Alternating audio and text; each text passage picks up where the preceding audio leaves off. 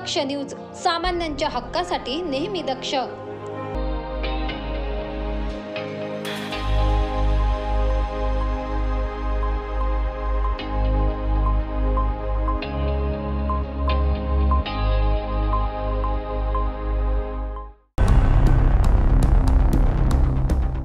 चांदवड मनमाड मार्गावर एका दुर्दैवी अपघातात 2 शाळकरी मुलांचा मृत्यू झालाय.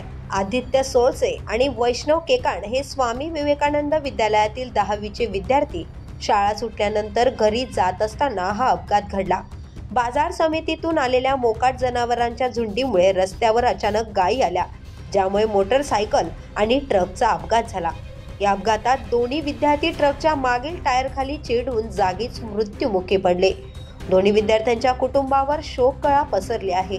पोलिसांनी ट्रक आणि चालक राकेश खैनार यांना ताब्यात घेतले असून पुढील तपास सुरू आहे. या अपघातामुळे मोकाट जनावरांचा प्रश्न पुन्हा एकदा ऐरणीवर आलाय.